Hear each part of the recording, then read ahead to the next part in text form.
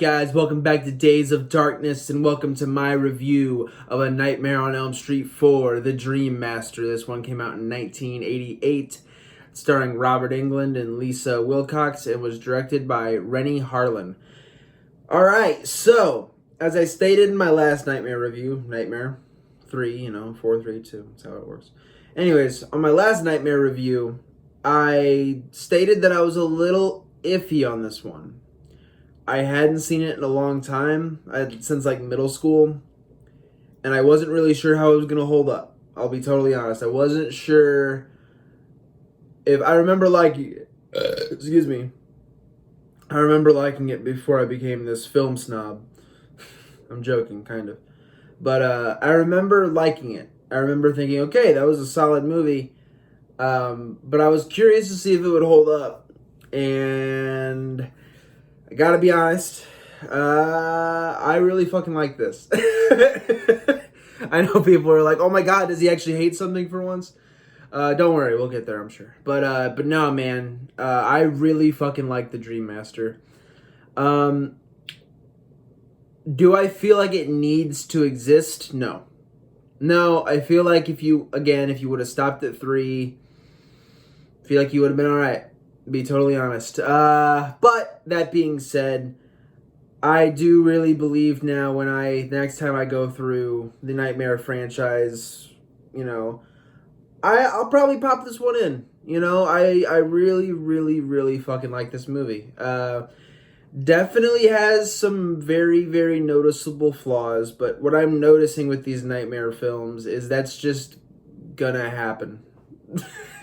I mean, the best ones have shit wrong with them, and granted, the best ones, 3, it's small shit. Here, it's a little bigger than that, because there's one very huge part of the plot where I'm just kind of like, wait a minute. That being said, though, it's really nothing that I would say takes away from the film. There's nothing about this movie that I would say is...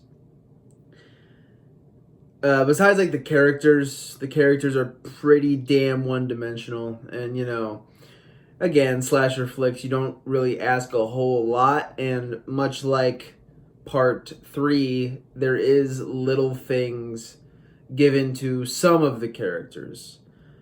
Other characters, not so much, and we will get all into that. But, overall, man, there's some shit wrong with this movie. There's some shit wrong with all the Nightmare movies up until this point. But it's nothing that takes away from my enjoyment of it, man. I'll be honest. I didn't feel like my intelligence was being insulted or anything like that. I feel like what we have here is, again, another really, really solid entry into this series, man.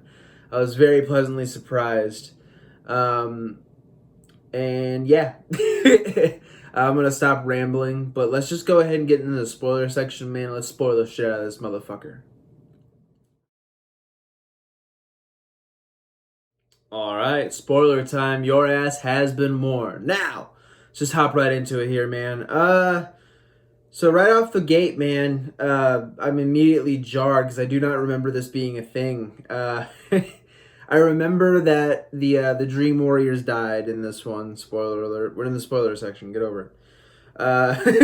But I remember that they died.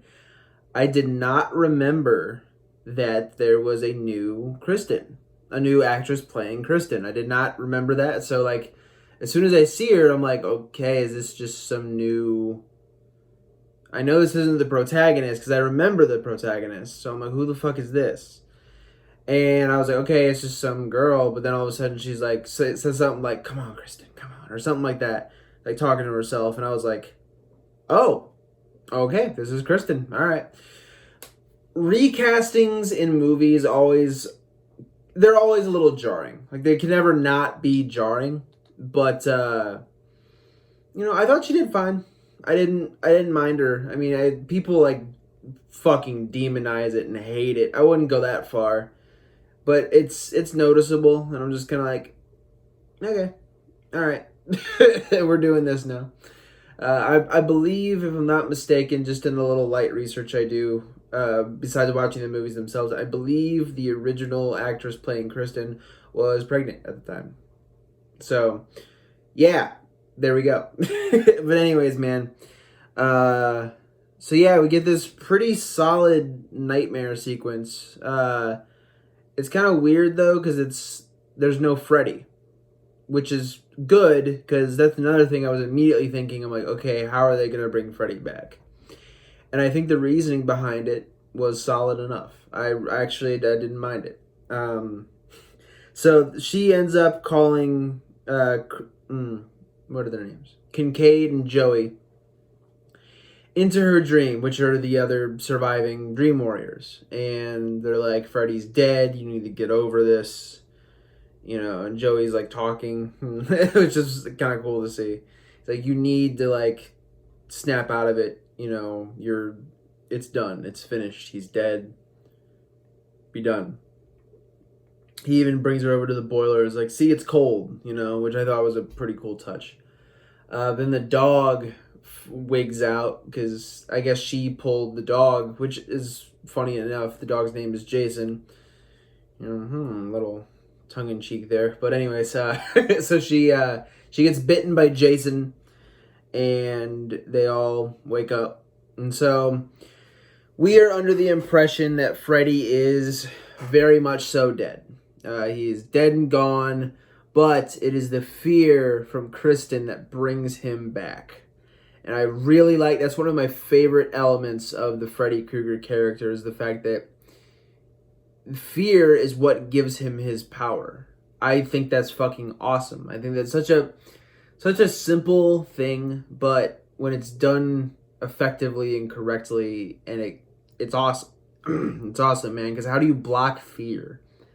Like, if you're afraid of something, you're afraid of something. And yeah, it can be conquered, but it takes years to conquer some fears, especially something like this. So I really like it. That's one of my favorite elements of that character, and I'm glad they kind of used that here to bring him back. And it actually made sense, too, because Kincaid has a dream, and he ends up in a junkyard. One of my favorite scenes of the movie, when he pushes a car on him. He's like, take that, motherfucker! I love Kincaid, dude. Rest in peace to the homie, because he does end up getting gutted, basically. I wish gutted, but he just gets stabbed a couple times. And dies. Very sad, too, seeing Kincaid die in his bed, and Jason's like all confused and like kissing on him and, licking him and stuff. It made me sad. So, thanks. Anyways. But yeah, man, and one thing, I'm kind of going all out of order here. There are new characters in this, because the three from the previous film do all end up dying. And I feel like the characters were introduced well enough. Again, we're not looking for Academy Award shit here, but I think with what we got, their friend, the main chick, Alice, is friends with Kristen, Alice's brother is Kristen's boyfriend. The other two are kind of exiled out. They're not really, like Joey and Kincaid, they're not really friends with any of them except for Kristen. But still, man, I thought it was these are just other students going to the high school. I thought it was really solid, man. Really, really solid. So when those people die, especially Kristen, it impacts the characters, and there's emotional weight there, which I really enjoyed. That being said, the new characters are pretty paper thin. There's not a whole lot to them. The boyfriend, Kristen's boyfriend, does karate. That's his. He's a nice guy and he does karate. That's his thing. Debbie is kind of like sassy, and she hates bugs and she works out. This is very like D tier Tinder bio descriptions we're getting of these people here. But that's really all you get, to be totally honest. And there's enough there, and like the characters have pretty good chemistry. You got the nerdy girl Sheila. She has asthma and yada yada yada. It's enough. But I feel like, when these characters do die, I mean, sure, it's a slasher and you're expecting it, but I feel like there could have been a little more weight there. Fucking Alice gets all the all the backstory. You know, her mom's dead, her dad's a drunk, asshole, dickhead, yada yada. She gets all of it, man, which, you know, rightfully so. The biggest offender of this, though, in my opinion, as far as characters with just no development, fucking Dan. Dan is just this jock that Alice has a crush on, and he's hot. And that's it. That's all you get. And he is like one of the main protagonists in the movie. You know, it's, to me, and I, you know, obviously, anytime I say this, no diss on the actor. He did what he could with what he had. It's no diss on him whatsoever. This is a writing thing. I just wasn't a big fan of that character. I'll be honest. I didn't really see, you know, I saw the point of him, but it's like, give him a little something extra, you know? Give him a little, you know, he's romantically interested in Alice. All right, use that, you know? But it is what it is, man. And really, at this point in the series, people aren't going to these movies to see just riveting character drama. They're here to see Freddy fucking knife people. And we get that in droves. And that will lead me into my next, another praise I have of this movie. Again, it's gonna become like a meme eventually of how many times I say this. Robert Englund is fucking great in this movie, dude. We are in full force, 100% one-liner heaven here, dude. He's just fucking laying them down. Wanna suck face, I love soul food, Rick you meatball. Oh god, what else? Just no pain, no gain. Just so many great fucking one-liners, which obviously me saying them here doesn't have the same effect. Please go watch the movie. But no, and again, Freddy is fucking scary in this too. We get, I wouldn't say I like him as much here as I do Dream Warriors, because to me right there, that was like the perfect blend.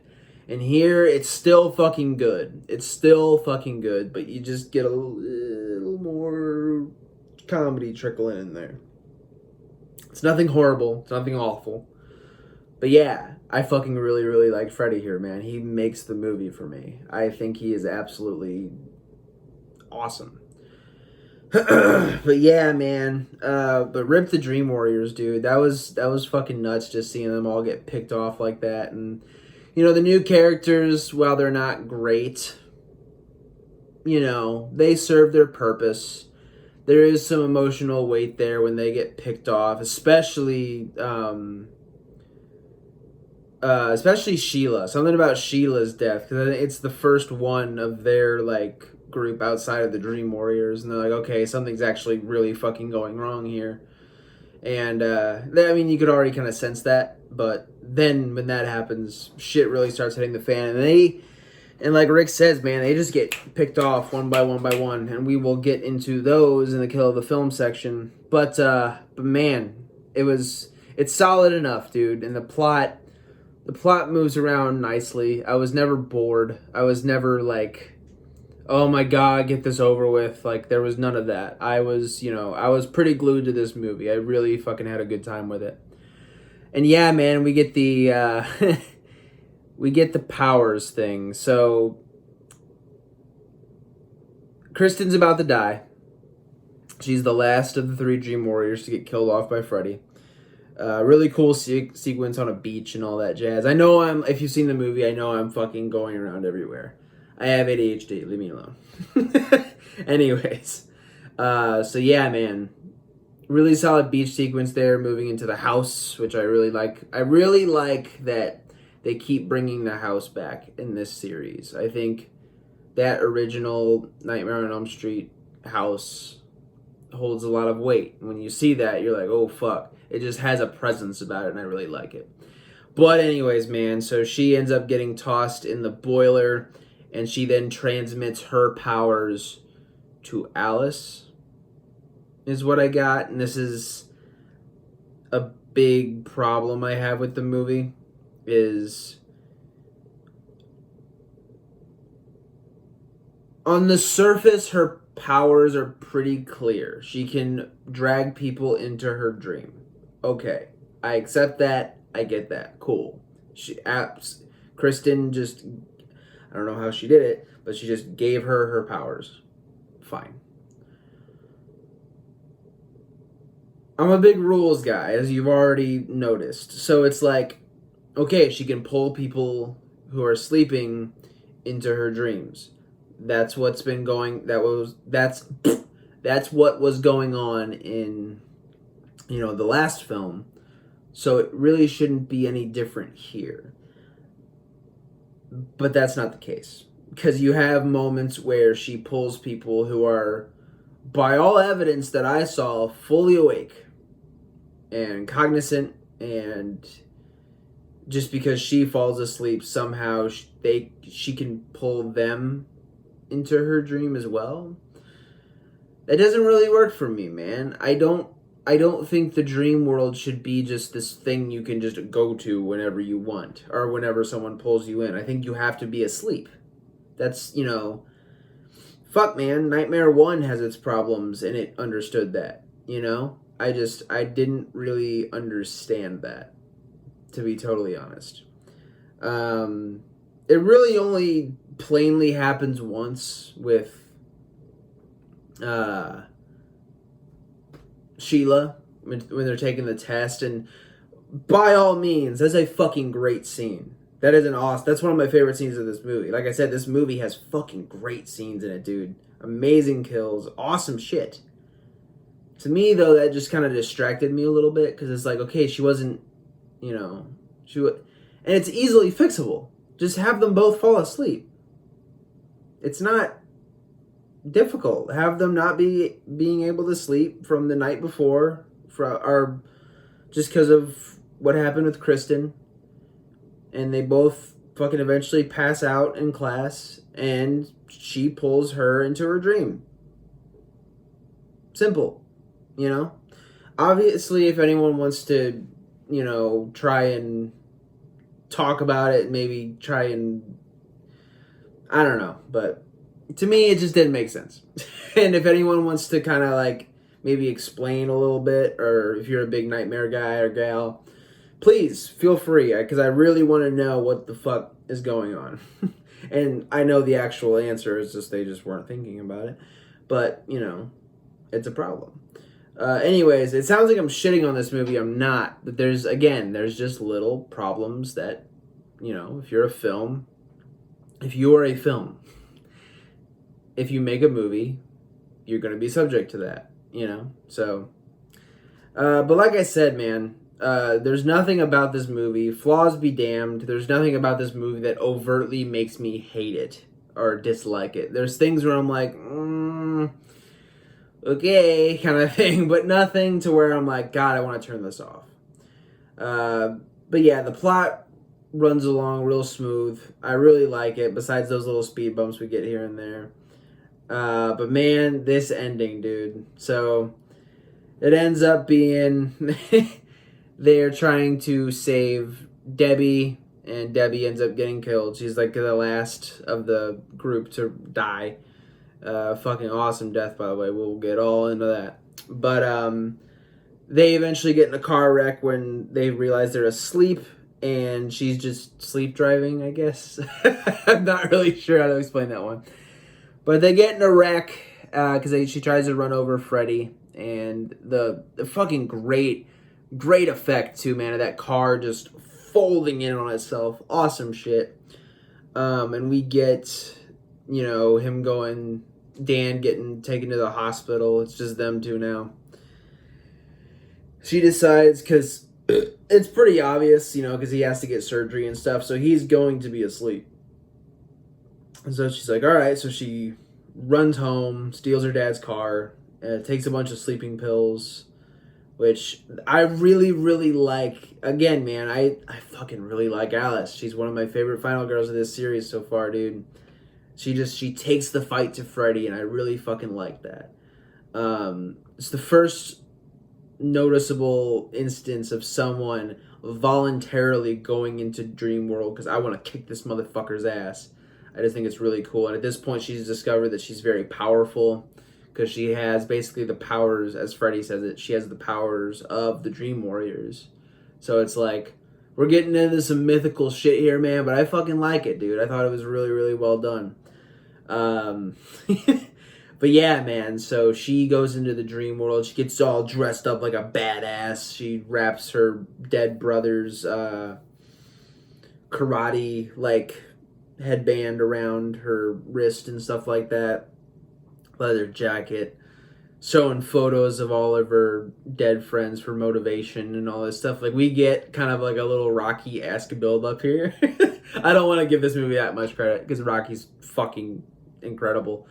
But I really like this movie too. Don't get me wrong. But, no. But anyways, I really, really fucking like that build up. And then she goes to the dream world, gets all dressed up, and then goes and she has a fucking kick-ass fight with Freddy. It opens with them, because Dan does fall asleep, and when he does, Freddy tries to get him, and she's like, get away from him, you son of a bitch. I got a lot of Aliens vibes from that. Possible review coming soon. Anyways, I got a lot of Aliens vibes from that. I was like, is she gonna say, get away from her, you bitch? I'm like, that wouldn't make sense. But hey, anyways, I'm rambling about Aliens. But yeah, man, she fucking busts into the hospital room where he's getting his surgery done. And it's a really cool kind of shot of Freddy in this, like, those things where you go to the fair and it, like, fucking turns like this and you're trying to, like, not fall.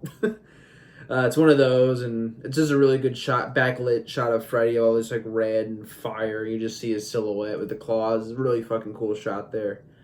Yeah, man, he's fucking with them, and they end up landing in a church, which I don't know if that's some, visual of his backstory, his mother being a nun or what have you. I'm not sure, but it's a really cool setting for a final battle. We find out that when they crashed through the window, Dan got stabbed in the stomach. So in real life, then he is hemorrhaging. So the doctors bring him back and patch him up. He's pissed though because he wants to help Alice in some way, even though he's fucked. But so yeah, man, then it's just Alice and Freddy, dude, and we get a fucking kick-ass fight. This is what I wanted in Dream Warriors, man. I wanted someone to just kick the shit out of Freddy. Like, I love Freddy, but I really wanted someone to take the fight to him. And while granted, at first she's punched him and kicked him in the face and he's like, laughing it off and all that shit. But eventually, like, she starts kind of laying into him, man, and we get an actual fucking fight. It was really cool to see. And yeah, man, it ends. I didn't even mention this because it's such a forgettable part of the movie for me that, like, the fact that it plays such a key role in the end, I was like, oh, okay. So, Freddy, there's like this nursery rhyme that I believe Kristen repeats to Alice, and then Alice kind of references it sometimes. And at the end of that nursery rhyme, no, I do not remember it. No, I'm not going to look it up. At the end of it says, evil shall see itself and die, or something like that. And she fucking points the mirror at him. We get a lot of cool shit before that, too. Again, a lot of cool fights. I know I'm going back and forth. I love her burning a hole through his chest with, like, a weird Ghostbusters setup. She was pretty quick to set that up, man. She, like, punches under the wall. And just conveniently, there's a fucking wire there. And she, like, fucking whatever. But it was all cool. But it was a little ham-fisted to get to where we got with Freddy's death, of just that nursery rhyme that was referenced sometimes, and then all of a sudden it's the thing that can kill him, and you're like, oh, okay. So she grabs a shattered piece of the of this stained glass window and shows Freddy his face. So I guess if you say that rhyme and show him his reflection, that will end up killing him. Solid enough. I don't mind it. I don't really know where it comes from, and I'm not sure the significance of it. But for what this movie is, I'll take it. But yeah, man. And anyways, it leads to a really, really, really fucking cool death. And honestly, man, I think I might like this death more than part 3. I would have to watch them side by side, not literally, but watch them both and be like, okay, let me think. But this is a pretty fucking solid death, man. We'll get all into it. But yeah, man, Freddy gets killed by Alice in this weird nursery rhyme. And yeah, man, and then we get a happy ending. You know, she makes a wish. She sees Freddy's reflection in the in the water because Dan tosses a quarter into the fucking fountain. You know how it goes. And yeah, man, and then we get that Freddy reflection just to be like, okay, we're gonna make another sequel. We don't know how we're gonna do it, but he's still alive somehow, even though he's gotten 2 very, very credible, very, very reasonable deaths. But we're gonna just keep fucking you in the ass with Freddy movies until they suck. Which, don't worry, I know we'll get there. But yeah, man, it's basically that armor in order to make a sequel. Because you'd be like, well, he's still alive, see? New movie time, more money. But anyways, and that's our movie. Like I said, man, I really, really fucking like this one. Sure, there is some stuff to possibly complain about and not really enjoy too much. I definitely have my faults with this movie, no doubt. But man, I fucking really liked it. And when you go and you watch the Nightmare franchise, I would pop in part 4, man. I think it's a solid movie, dude. I really fucking enjoy it. I think it's a great piece with the other previous 3. But that being said, guys, that'll do it for the review portion of this video. But we still have to get into the blood, the guts, and the gory bits. We gotta get into my kill of the film. Stick around.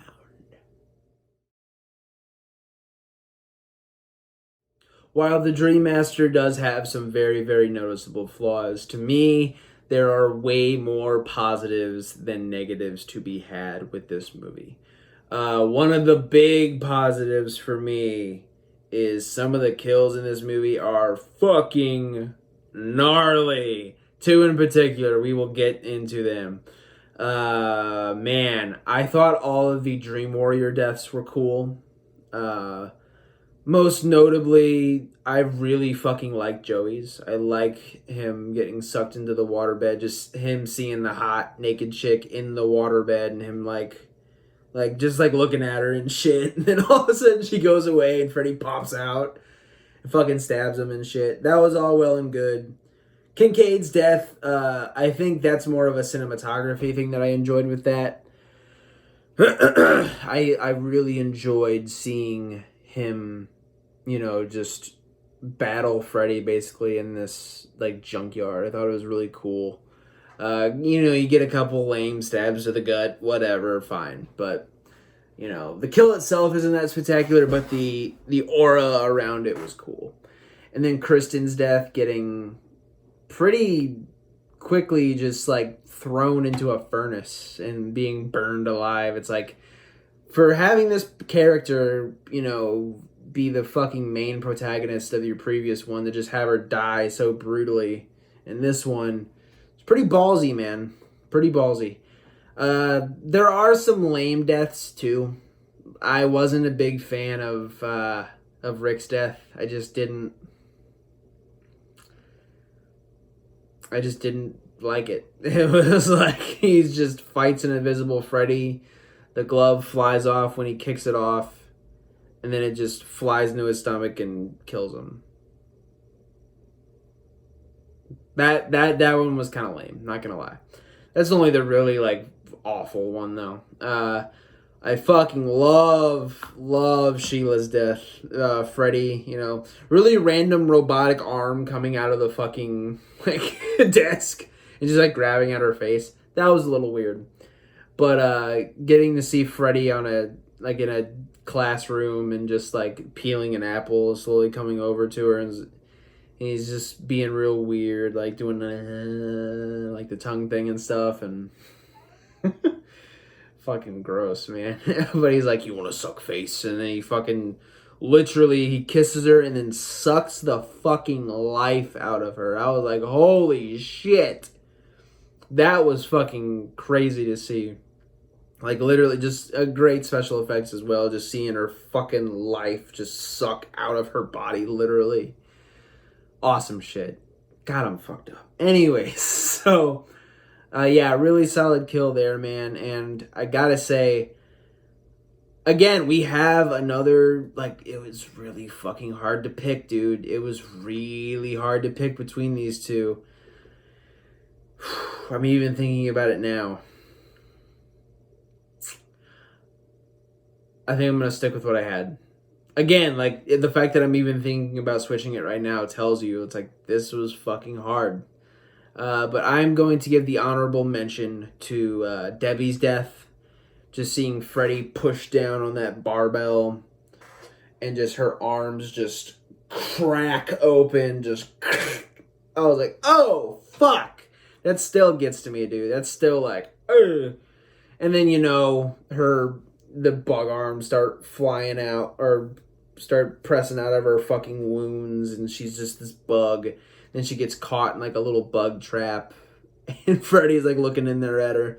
At this point, she like falls face first into the bug trap, the sticky shit, and it comes up, and her face fucking peels off, and you just get this weird fucking bug.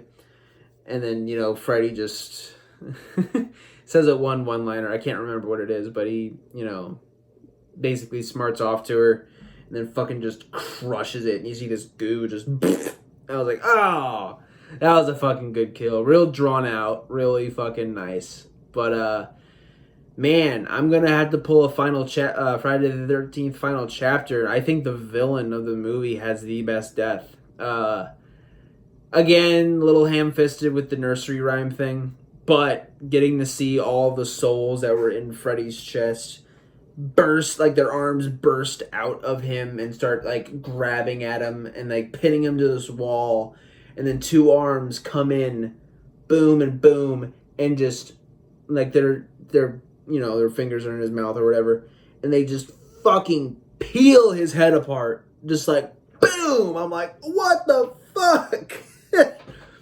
Awesome shit. And again, you get the mythical like souls flying out of his now just open fucking jaw, and you know, he just fades away. But getting to see that, dude, just that fucking crack, I was like, oh my god, that was fucking killer, man. Easily my kill of the film. Really happy I can give it to Robert Englund too. And yeah, man, that'll do it. Guys, I fucking really, really liked this movie, man. Absolutely, as you can probably tell from my enthusiasm. 100% go check it out. Next time on Days of Darkness, we are going to be doing a viewer request. My good buddy Paul, who, fun fact, if you're not a long time watcher, Paul is the guy who does my who did my intro and outro for, you know, the Days of Darkness videos. So I really, really appreciate him, and I'm finally going to get to do his request for #Alive. I really, really fucking like that movie, dude. I've seen it before. Spoiler alert, I like it, but I can't wait to dive into it with you guys. Good shit there, 100%. And yeah, man, I'm going to stop rambling. Thank you guys as always. I know this review took a little longer to release than usual. It was my birthday yesterday, so I was very, very happy to celebrate that with Mrs. Darkness and my family. Just a good fucking time, man. And thank you guys for the patience. I know I'm a couple days late, but yeah, man. Thanks as always for the support. Take care of each other and keep watching horror. All right, guys. Have a good day.